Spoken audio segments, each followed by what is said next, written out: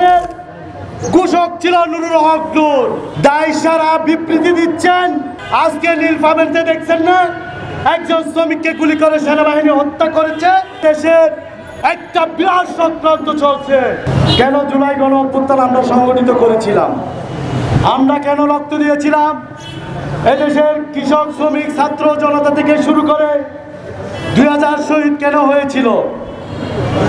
যার ঘোষণার মাধ্যমে এদেশের হাজার হাজার মানুষ হাসিনা এবং ফ্যাসিস্টের বিরুদ্ধে রাস্তায় নেমেছিল। তাকে যখন বেধড়ক মারা হয়, তার যখন যারা অপরাধী তাদের বিরুদ্ধে যখন দৃশ্যমান কোনো পদক্ষেপ নেওয়া না হয়, তাহলে এটা জুলাই গণ অভ্যুত্থানের পক্ষের সকলের জন্য আঘাত।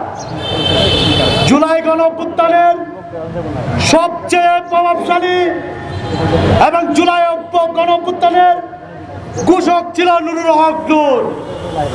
নুরুল হক নূরকে আঘাত করার মাধ্যমে সরকারের সামর্থ্য যাচাই করেছে সেনাবাহিনী।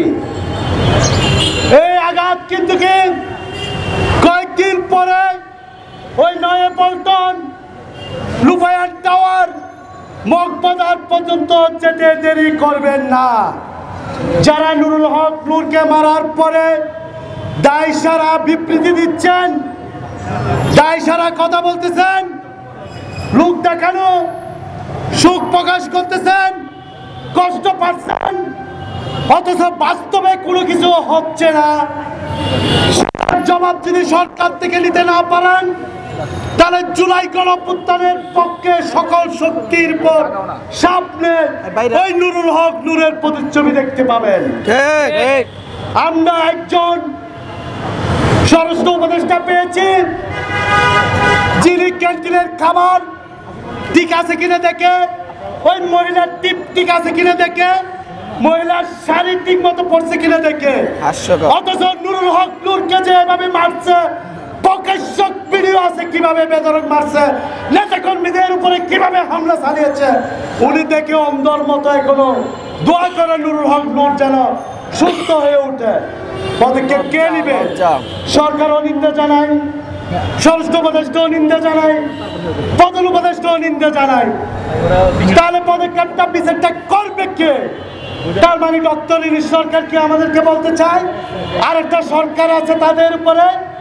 কেন এখনো 4-5 দিন পার হয়ে যাওয়ার পরও এখনো তাদেরকে শাস্তির আওতায় আনলেন না?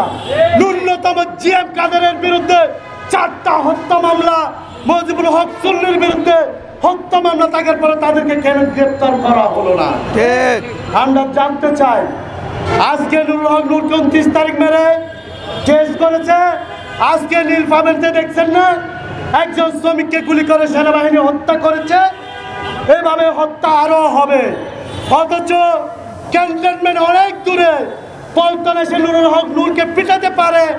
চট্টগ্রাম বিশ্ববিদ্যালয়ের শিক্ষার্থীদের উপর যখন হামলা করে, পাটিয়াহারি ক্যান্টনমেন্ট লাগে ওইখানে যেতে 5 মিনিট, ওখানে তো সেনাবাহিনী গিয়ে পদক্ষেপ নেয় নাই। তার মানে হচ্ছে দেশের একটা বিরাট চক্রান্ত চলছে। আমি এদেশের মানুষকে বলবো, আপনারা সজাগ থাকুন, আপনারা চোখ কান খোলা রাখুন। যদি চক্রান্ত হয়, আমরা জুলাই গণ অভ্যুত্থানের সকল পক্ষ রাজপথে এসে এই চক্রান্তকে দুলিশ্বাত করে দিতে হবে। আর নুরুল হক নূর সহ ছাত্র যুব গণ অধিকার পরিষদের নেতাকর্মীদের উপর যারা হামলা করেছে, তাদের বিরুদ্ধে ব্যবস্থা না নেওয়া পর্যন্ত আমরা ছাড়বো না, ইনশাল্লাহ।